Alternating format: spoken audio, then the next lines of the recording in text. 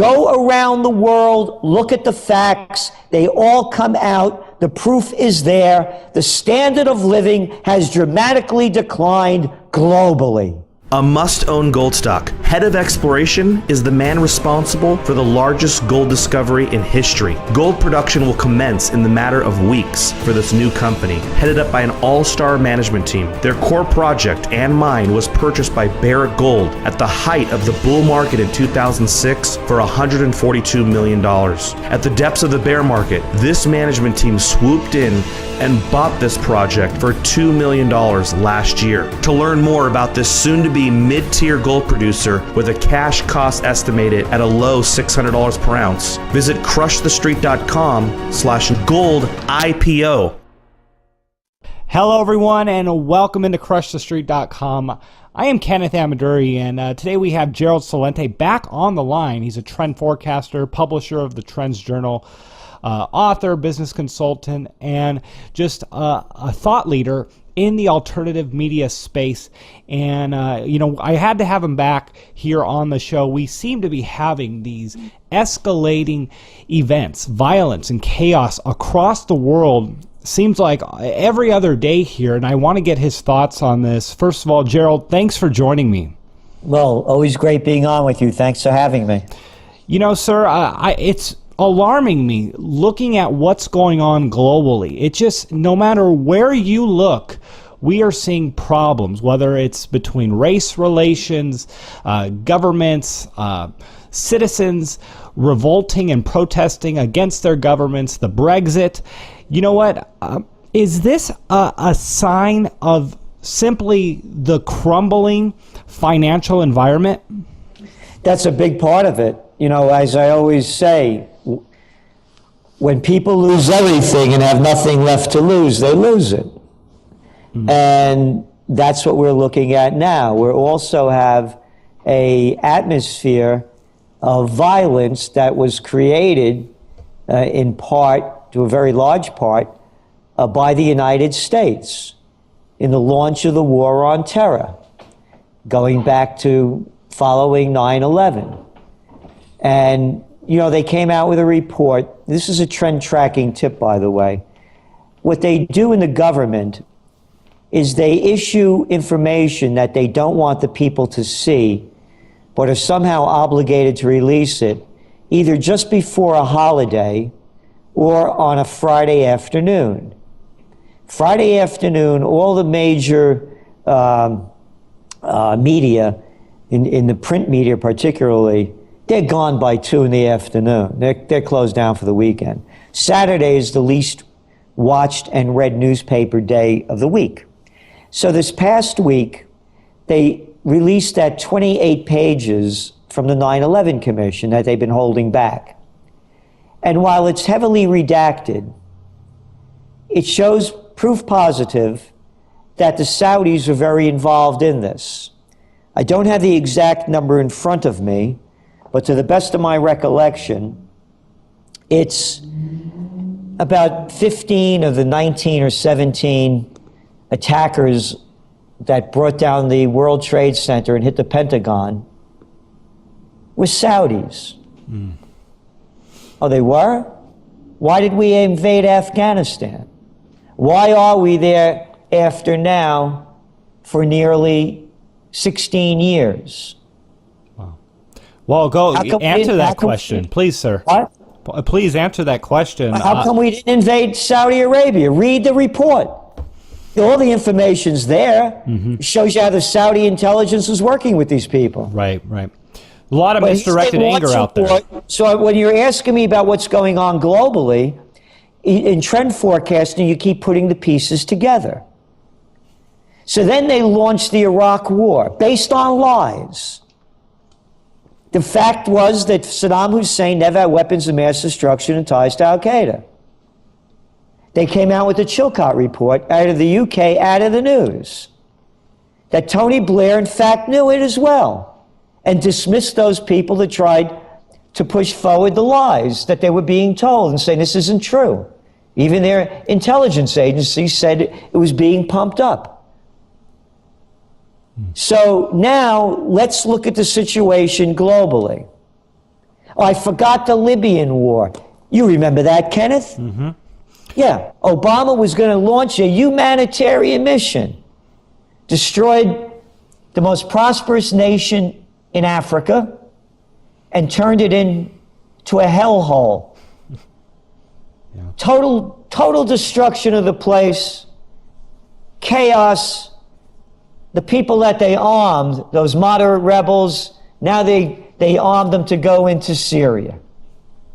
Over 300,000 dead Syrians, over 1 million dead Iraqis, hundreds of thousands of dead Afghans.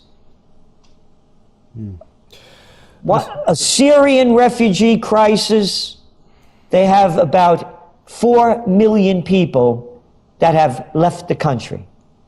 So, let's go back to the global destabilization. We saw what just happened in Turkey. Isn't Turkey behind overthrowing Assad and supporting those moderate rebels in Syria? Yep. And isn't Turkey, after Erdogan's party lost their dominance a year ago, June, launches a war against those Kurdish separatists? Mm-hmm. Oh, and then let's go back to France. Go back to our Trends Journal, the winter edition. 2013. Under the France invades Mali.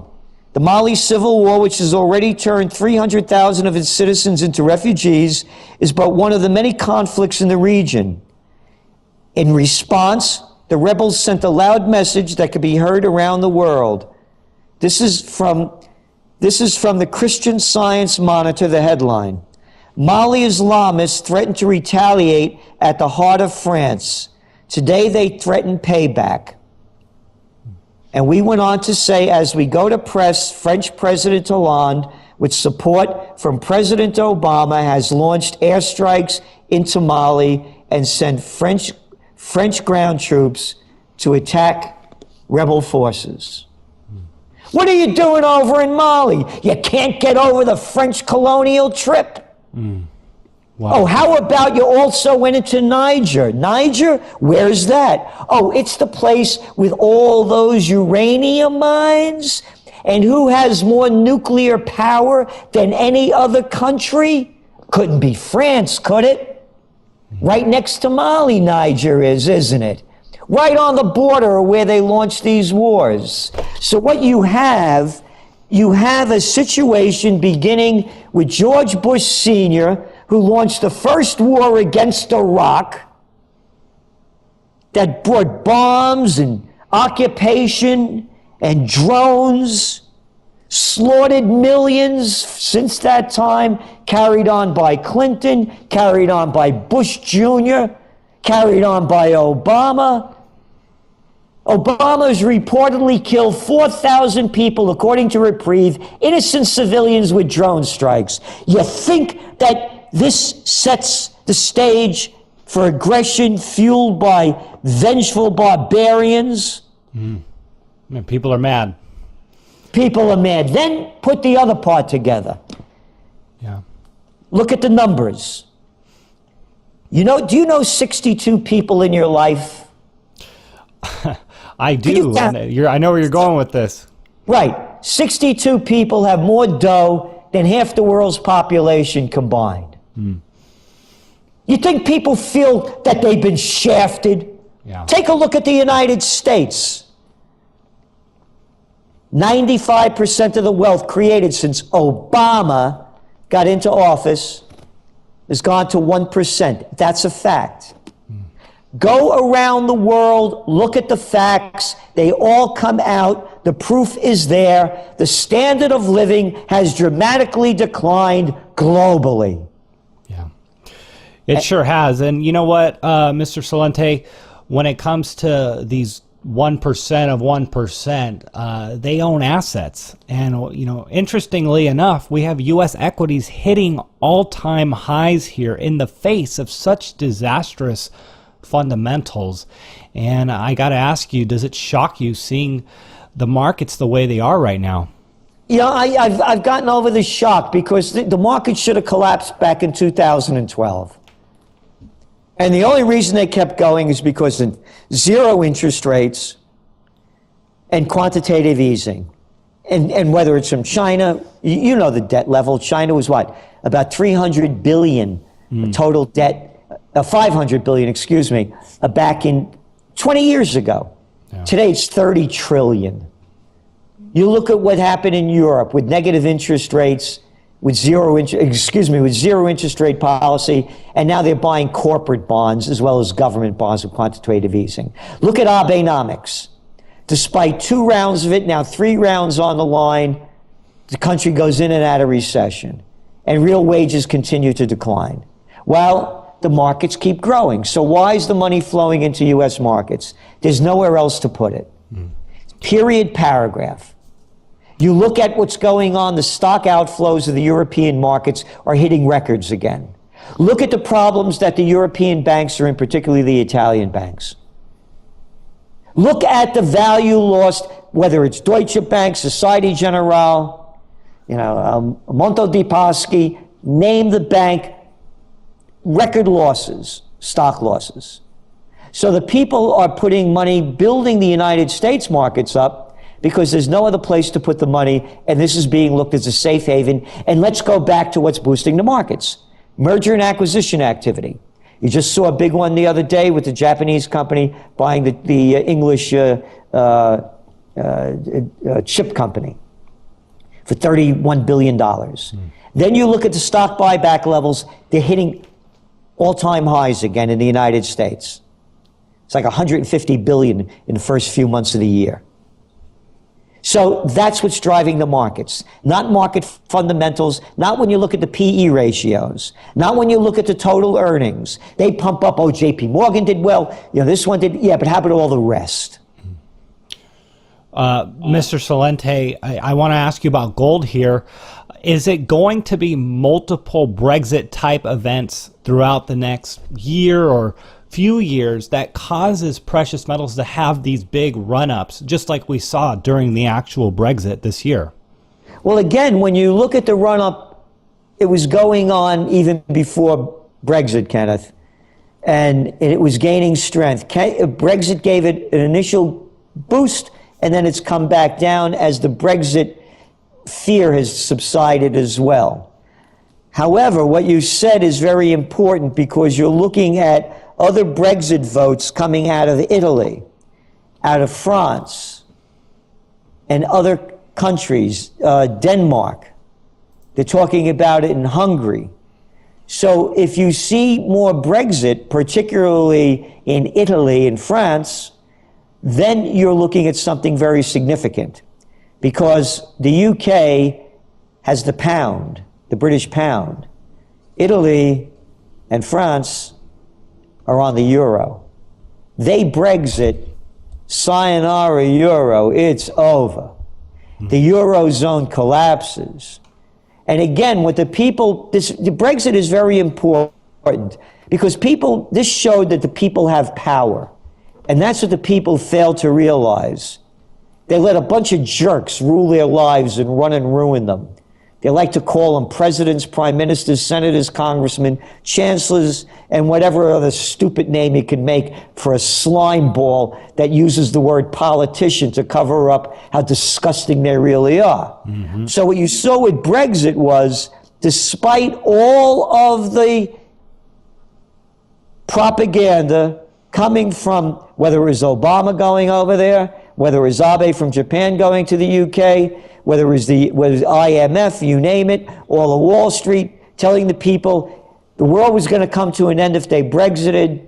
The UK told the EU, F you. Mr. Celente, the power is in the people.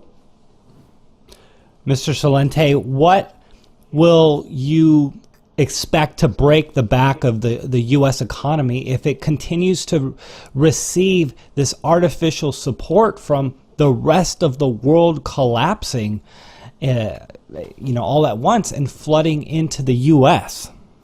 As long as they keep building the equity markets, the Ponzi Ponzi-nomics will continue to flourish. It's the end of story.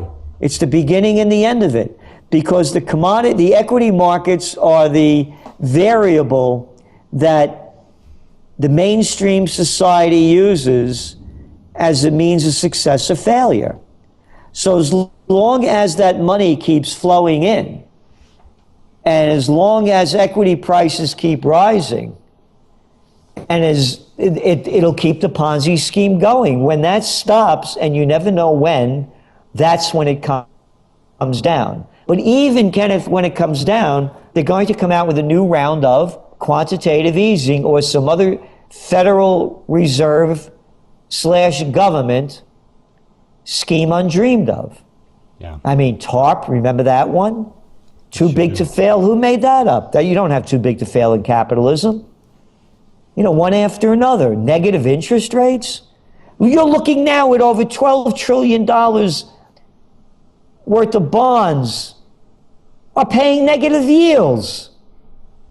Yeah. So I ask people, they say, why do you believe gold will go up? I said, well, why don't you buy a negative yield bond? This way, in 20 years, when you cash it in, you're guaranteed to get less than what you bought the bond for. It makes perfect sense to somebody that thinks like that.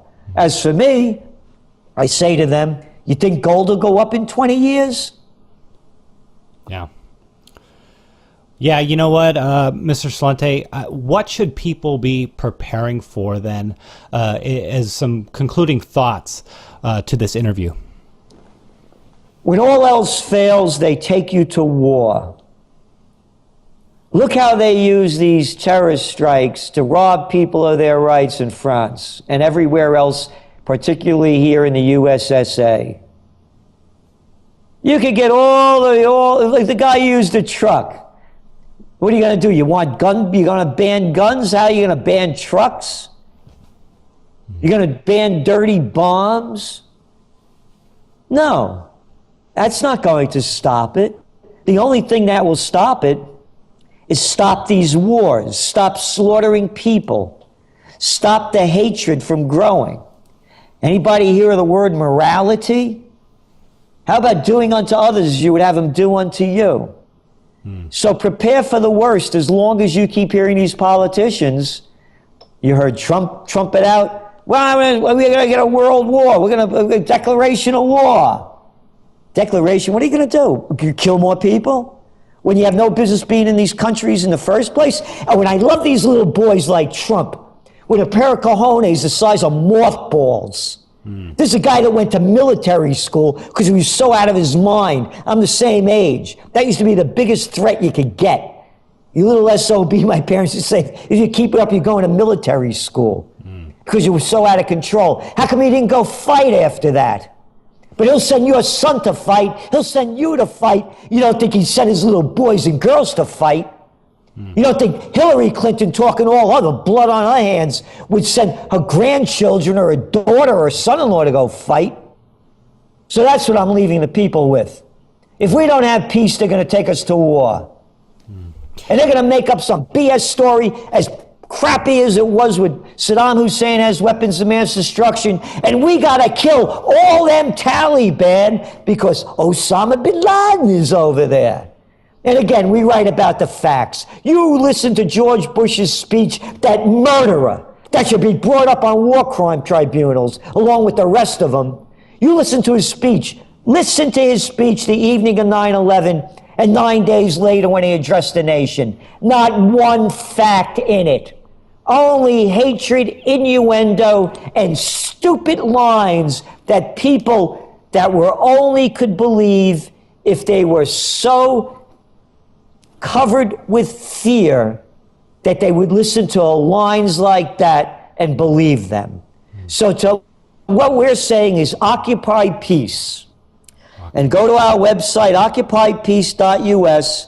This is an action plan for peace. This is an oming or praying for peace. This is to bring peace on earth. Because if we don't stop this, Kenneth, as I said, when all else fails, they take you to war. This is a replay of 1929's.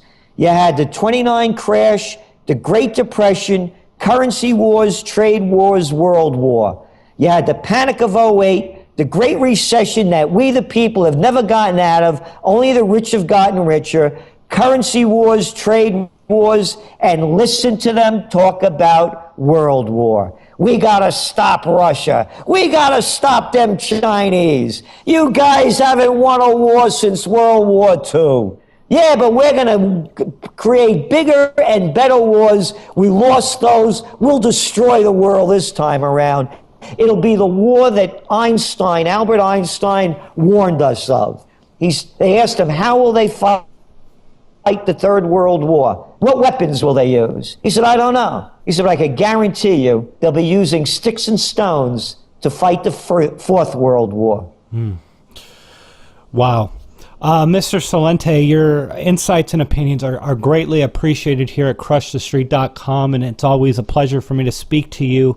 Thank you so much for coming on this show. Thank you, Kenneth, and thank you for what you're doing.